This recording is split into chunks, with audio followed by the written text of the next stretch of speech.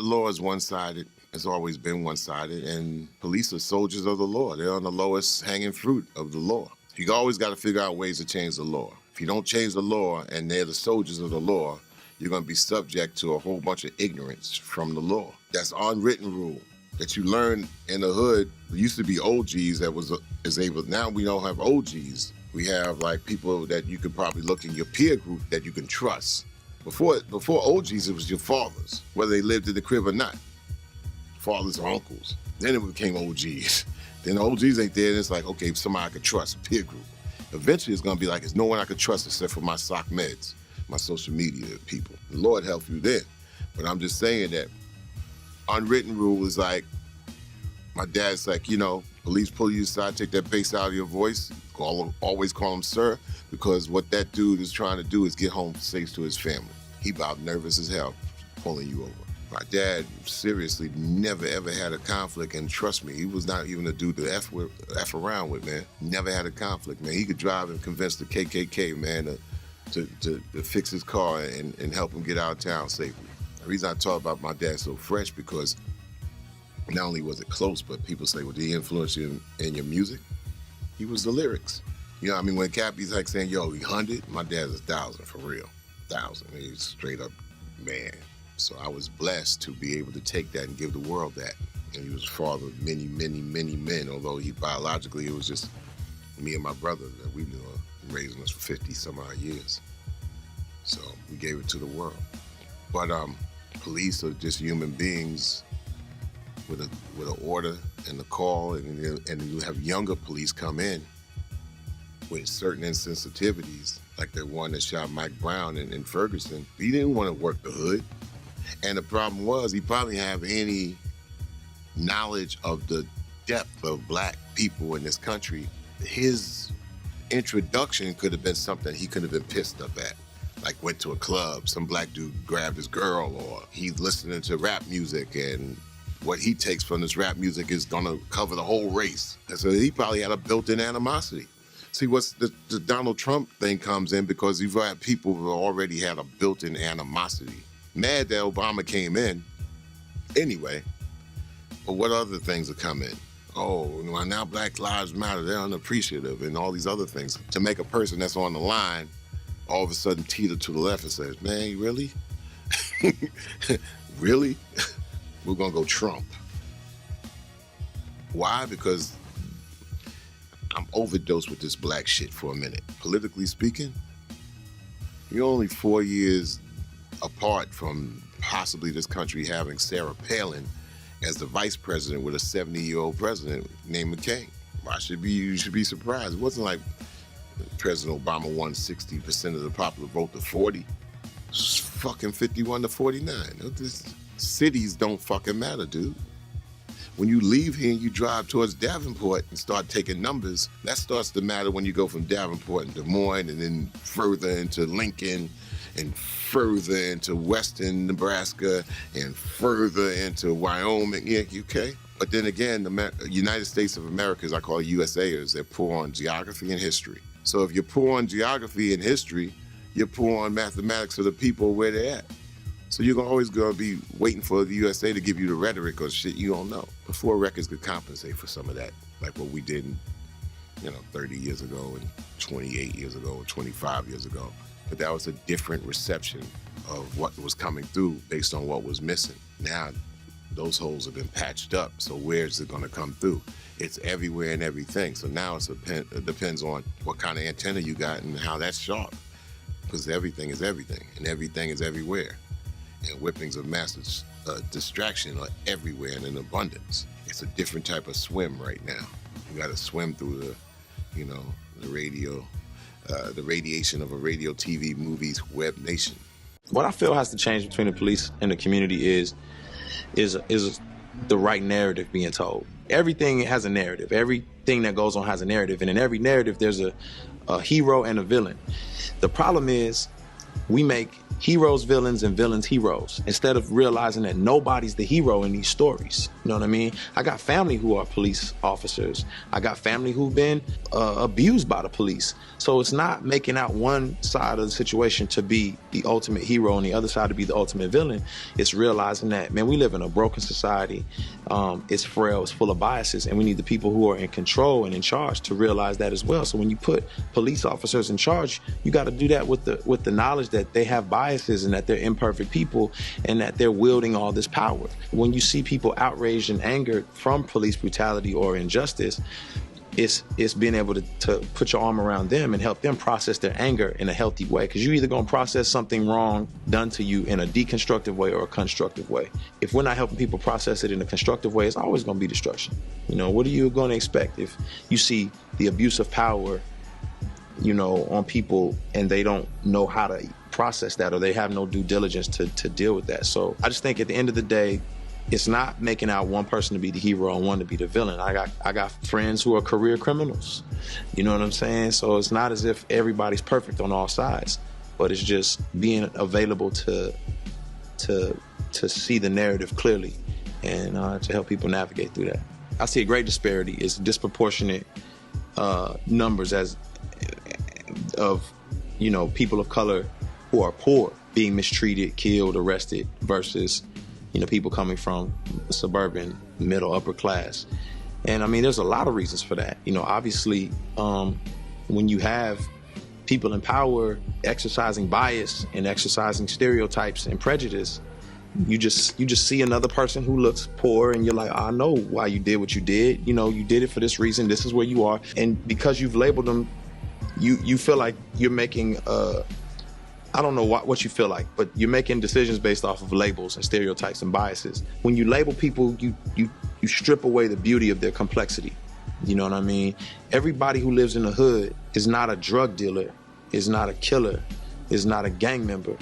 There's geniuses on the blocks in the hood who are hanging out on the same corner with the killers and the gangsters. They go to school every day, they make good grades, they're geniuses. And when you just kind of typecast them because you look just like him, you come from this particular area, now you've exercised your bias and you've jeopardized somebody's future and somebody's, you know, lives. And we've seen it happen over and over again. We've all got friends and family members who, you know, have become a product of this, you know, and then there's a cycle, man. It's a cycle that has to be broken. It's a cycle that goes back to, you know, the war on drugs in the 80s and the 90s, where you've got this overwhelming amount of drugs flowing into the community because of stuff happening in Nicaragua and aid given to Central and South America. And then you've also got this war where they're locking up an unproportionate amount. In 1995, I think it was like a quarter of non-college educated black men were in prison. You know what I mean? And so you're looking at this reality happening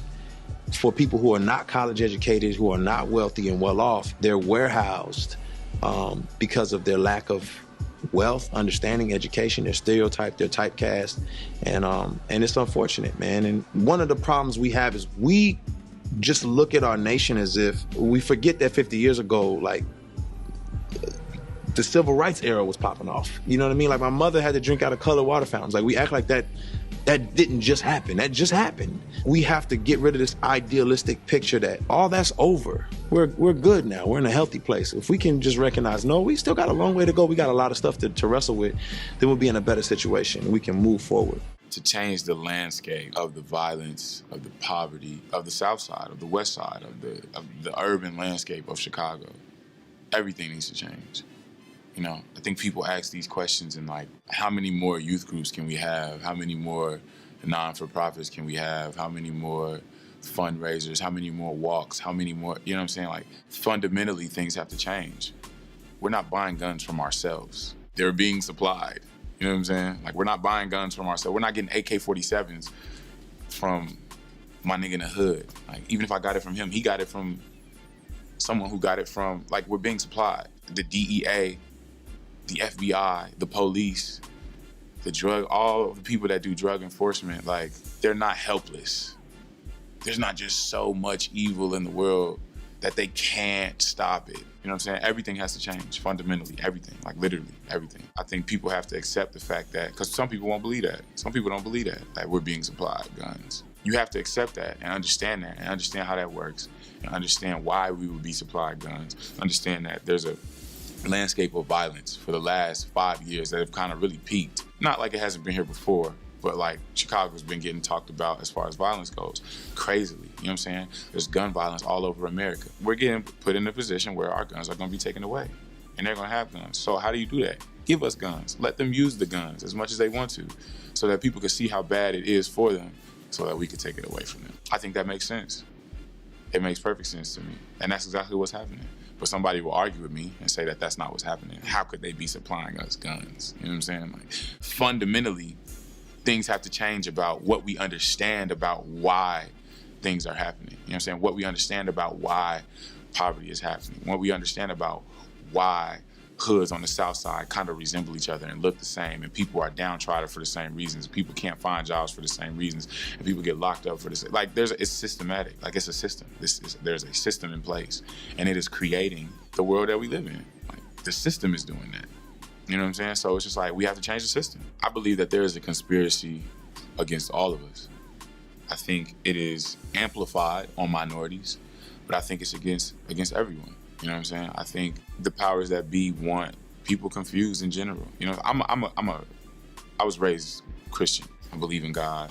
I believe he's coming back for his second return. I believe the world's going to end soon. You know what I'm saying? The Bible says that the world's going to get worse. That's what I believe. You feel me? So for me, the end all be all is salvation. The end all be all is heaven. Satan wants people lost. He doesn't care if you're white or black or whatever. Like, he relishes in sin. He wants people lost. There's so much hate going on in the world, you know what I'm saying? Like, for instance, even when in spaces where there weren't minorities, like old Europe, you know what I'm saying, where it was almost completely white people, they were separated by class. Like, there's always a need to be superior. Like, you know what I'm saying? We're always going to separate ourselves to be superior to each other, even when it wasn't a race issue. It was a class issue. It was a money issue. You don't got enough money to be around us. You know what I'm saying? Oh, your people aren't noble.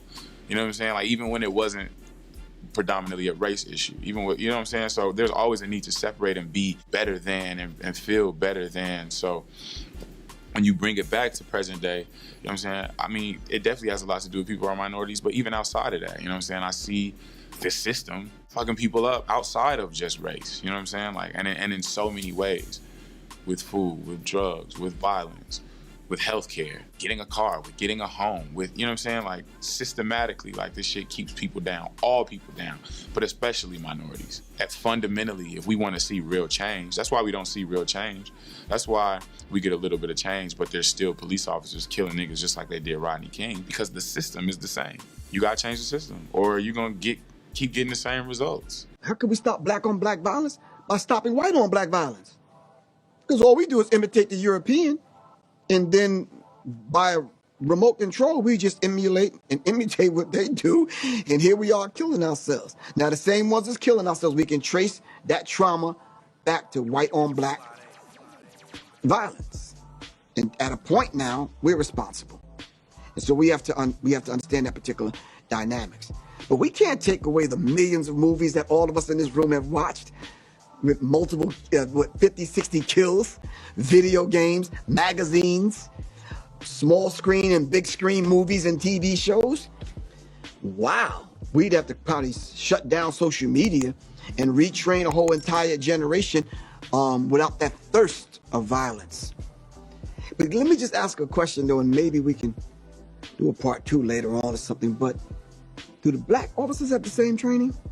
Because if black people, Mexican, Italian, not Italian, but Native American, other ethnicities have the same training, what is it about all the other ones other than white officers have a lower quote unquote kill rate? So all of them have the same training, but more white officers are killing people than black or Latino or Native American. Am I right? So then it's not necessarily the training then. Am I right or wrong? It's something laying at the base of these other people that we probably need to talk about other than the training. See, the training thing, we had a saying coming up, po-po is not the power structure. So to talk about that is almost talking about the peanut butter and jelly and not the bread. You understand what I'm saying? We could talk about the training all day long, and then we can come up with solutions like wearing a body cam and they turn the motherfucker off every time they shoot somebody. You understand what I'm saying? We could talk about the training all day long, and yeah, if Officer Kowalski is sick that day, he didn't get the training, he got to make it up some other time, and yeah, stop that. The training, that's surface stuff, man. It's something laying at the base of these people on a genetic level that's, they have this predisposition to want to kill in the first place before they even take the oath behind the thin blue line. And I'm talking in code because we have to have that conversation some other time. But anyway. I think my take on the sort of the advancement of technology in relations to, social, turmoil, again, kind of harkens back to what actually made the civil rights movement a national movement when like Jim Crow laws and the treatment of blacks in the South could be relocated to the South. It was one of those things to where it's like it's possible to avoid it and act like it's not there. When Selma was like piped into our homes, and people saw with their own eyes on prime time, fire hoses and wild dogs being released on people, right? You can't avoid that. That humanized it immediately. So like what technology did immediately humanized something that was just a newspaper clipping. Now you can't avoid it. Now it's in your living room. And if you have any shred of decency, you know you need to say something. And the reality is, it's just history. When white men get upset, things change. And that's what happened. That mobilized white men. That's just our country, So it mobilized them, and Civil Rights Act was passed. You know what I'm saying? So the technology is what pushed the movement forward, right? On one hand. In the same way we're kind of seeing it now, it's like it was the consistency back to back to back finally got those who, we consider allies, finally going, okay, I can't parse these and say that they're not connected anymore. Too many of them are happening, and they're in my space now. You could choose to scrub your timeline clean of anything that has to do with color. You know what I'm saying? You could choose to do that and unfollow and as somehow or another, it's the algorithm is gonna put these stories in your timeline. It's unavoidable. Or you could close your phone, but outside right now, somebody's blocking the freeway. You understand what I'm saying? What technology did was it took it from not just your living room, but your pocket and your streets, and it made participation and your indictment in this problem unavoidable. That's on one hand. Now, on the other hand, what has been, and this is what I think people are missing, what has been documented scientifically and psychologically is that kids in our urban communities, in our poorest urban communities, are actually suffering from PTS. They actually have post-traumatic stress syndrome. They have it, but it's current. And the levels of anxiety and trauma that inner city youth are actually experiencing are sometimes at even greater levels than people that have been in active war. But the difference is, RP isn't past, it's present. It's happening now. At least if you were in a war, that was overseas. You can come home to peace. We live in this, and it's not, and some of it is our own doing, which is a whole other topic of interlocking systems of injustice that caused us to actually believe that being detrimental to each other is beneficial in some way. You know what I'm saying? So there's a lot of things that go into what made the urban community as dangerous to each other. There's a line on one of my old albums where I was like, I dodged bullets from Don Moos and Boys in Blue. That's all we knew. So it's if the Boys in Blue is a play on words, because I lived in a neighborhood where there was Clipse and Bloods, but there were also police. That was the third gang. And I'm terrified of all of y'all. You understand what I'm saying? So if you live in that already in that environment, you go to a social media to escape, only to see more death of your own people. It creates trauma. It is documented PTS. And I realized recently about myself, fam, I was suffering from trauma. And I think what clicked it was the Eric Garner case. I realized recently, I haven't been the same since. And you spend so much time sort of managing people's fragility and and trying to give reason for the feelings that you have rather than actually going through your feelings. Like rather than going through the process of mourning, you're finding yourself having to explain why it's okay for me to mourn and why what I'm mourning is an actual tragedy rather than actually mourning the tragedy. You know what I'm saying? That's a traumatic situation, only to see that tomorrow yet another man that looked just like me was killed. So if you're an inner city kid, you have your own trauma. You have your own PTS that you're experiencing, and then finding out that even from outside sources, there's no help. Like this is real. So what do you do? What do you do? You cope, and there are healthy coping mechanisms, and there are unhealthy coping mechanisms. A healthy coping mechanism: educate yourself, learn, prayer, faith, turn to Jesus, you know what I'm saying? And read, educate, find people around you, unplug, go to other places. Like, there's healthy ways to do that. There's unhealthy ways to cope. Codeine, lean, scissor, right? Gang violence, murder, you know what I'm saying? Smashing broads, you know what I'm saying? It's coping. You're trying to find some way to make sense of the world you're existing, right? And it's your responsibility to find healthy ways. We just haven't. Rage, rioting, it's coping, you know what I'm saying? So I think that technology has helped to further our causes because it's made it unavoidable, but it's also, I feel like, added to our trauma and the psyche of you're just constantly reminded that your country don't care about you. And you're just watching history repeat itself. It do a lot to your psychology. It really do. My perspective on Tamir Rice and just police brutality and all these killings in general, it's just sad. As a kid growing up, I was always scared of the law, you know what I mean, because of these reasons. It was happening back then.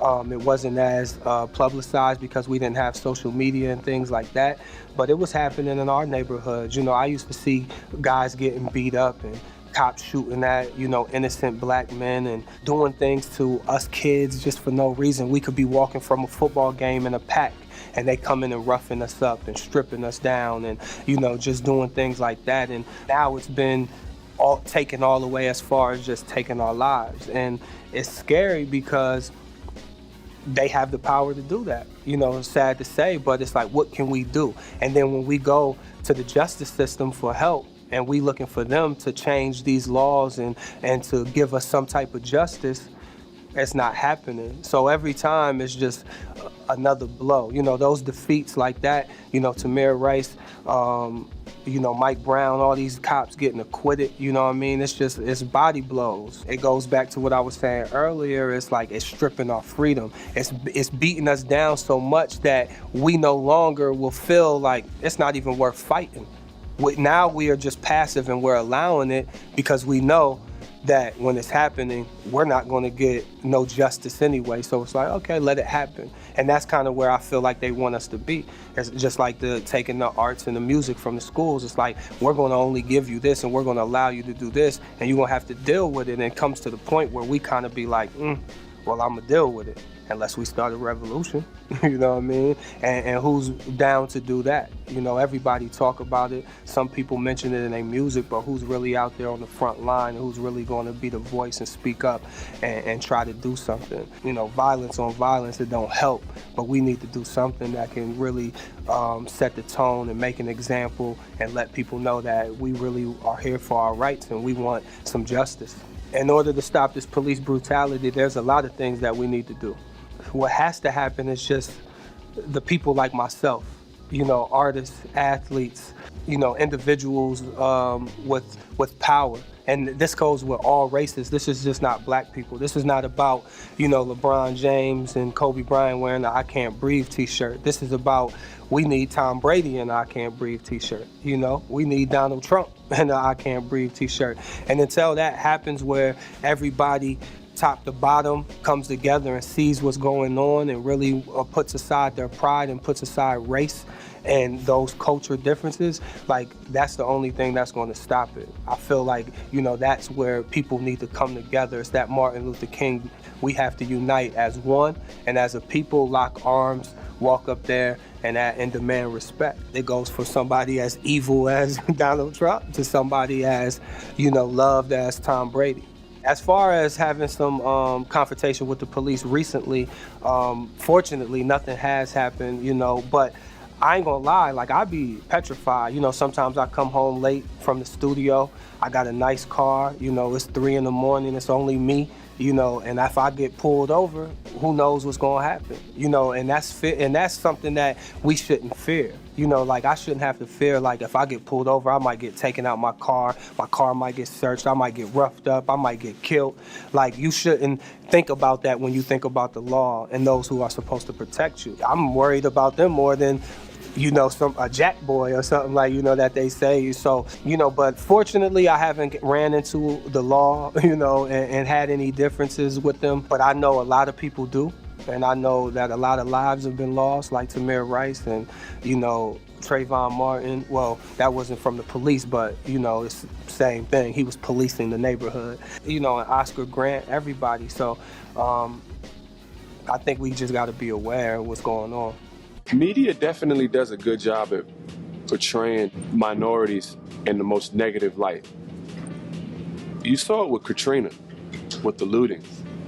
There were plenty of white people that were looting. There were plenty of black people that weren't, but they didn't show you that.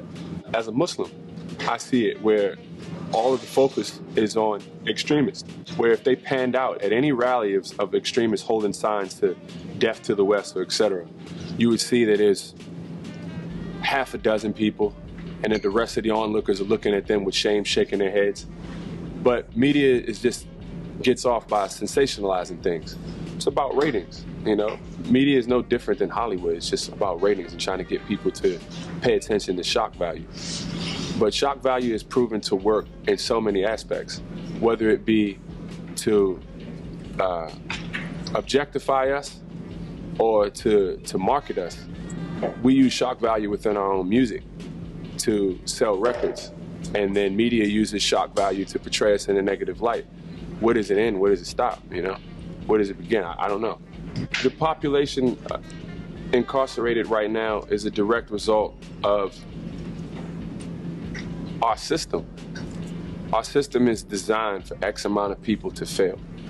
It always has been, and it always will be. This is a system that needs people to fail in order to ensure its survival, for several reasons. If everybody made it, then what is the value of making it? What is the value of having a degree if everyone can have a degree? What is the value of a high-ranking job if everyone is eligible for that high-ranking job? So this is a system that's designed to make us fail. And that's the sad part about it.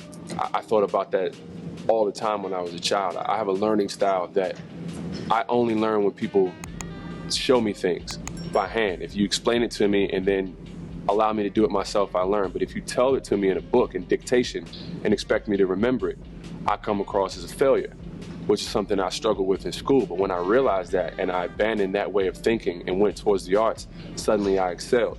But had I gone with that system the way it wanted me to, I would have failed. And it's designed for me to fail. It's designed for the people who can take orders to prevail. Those people who are really good at taking orders excel within our system. The people who aren't good at taking orders are designed to fail. The system discards them. So naturally, people growing up in rougher neighborhoods, in inner cities, in rural areas, which are oftentimes just as bad as the inner cities, they're caught in a system that's designed to make them fail. I think it's no coincidence at all. In fact, I don't even necessarily think it's something that's trying to keep blacks and browns down. It just so happens that blacks and browns are within the lines of failure, because the majority of this country is still white, whether we want to admit that or not. And many of those white people are very, very poor, from Massachusetts to West Virginia, etc. This is a system that's discarded its own people for the very system that made it, and there's plenty of poor white people as well. It's just a system designed to make X amount of people fail. It just so happens that it's easier for us to fail in this system. Karl Marx said that the destruction of America will be the depletion of its middle class. I was reading in Time magazine a few years ago where they said more and more African Americans are graduating out of university and more white Americans are dropping out of high school. So you start to see this stark gap between rich and poor and the haves and have-nots. like most things in first world countries, things will witness a bubble and it'll just burst. Whether it be housing or our economy or education and the value of an education at a bachelor's degree versus a master's, things reach a point where they bust. Within our lifetime, a bachelor's degree meant something. Now it means nothing. Now you have to have a master's, and eventually a master's won't mean anything. You have to have a doctorate. Then it'll bust, and then things start over again. It's really rough for those people when that cycle starts over again, or when it's near that bursting point. But nevertheless, it always resets itself. I have a book called Us, or USA, that's just come out. It's a book of poetry that I was commissioned to write. It's my first commissioned work, meaning that the book publishers approached me and asked me if I would write this book. They wanted me to write about what it felt like to be back in America after living in Paris as I had for the 4 years previously. I think what they thought was like, Obama's in office, and they had that sense of like, it's a new day. Healthcare had just passed, it's like, it's a new day. I would love to know your perspective of America right now. But when I landed, it was like Mike Brown, Eric Garner, and all the shit that I grew up in, the discussions I grew up in, were becoming mainstream again.